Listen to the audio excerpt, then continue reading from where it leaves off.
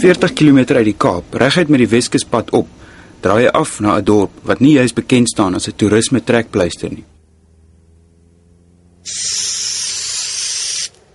Atlantis het nog 'n end om te gaan voor mense hierheen sal begin mik vir 'n wegbreek naweek.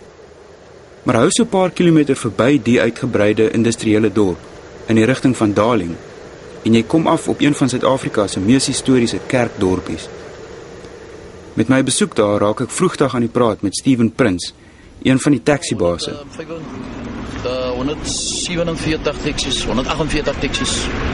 Maar julle weet julle kry nou kompetisie hier in Mamre. Ek breek aan hulle die nuus dat Mamre se taksies van nou af kompetisie het in die vorm van 'n donkiekar roete. Okay, nee, hy sal lekker Donkie trails. Ja, nee, hy sal, ek wil hê julle moet hy rit net op die donkiekar.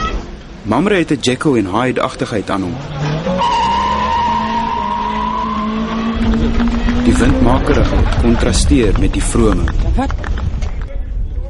Maar nou, met donkiekar toergidse soos Morgan Sambaba, wat jou letterlik deur die dorp praat, kan jy hierdie nedersetting op die wal van die Mooimaakrivier gerieflik verken en selfs 'n bietjie leer ken.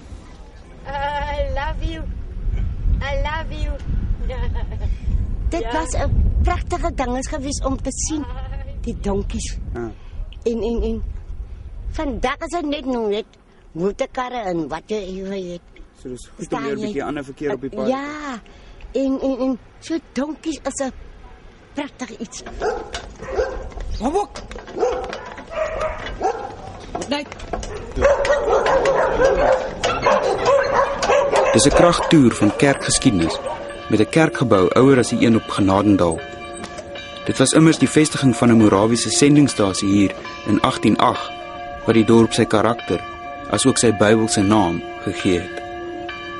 Meer as 200 jaar na die eerste diens hier aan 100 mense van die Khoi bevolking gehou is, word hier nog getrou kerk gehou, getrou en getrou begrawe.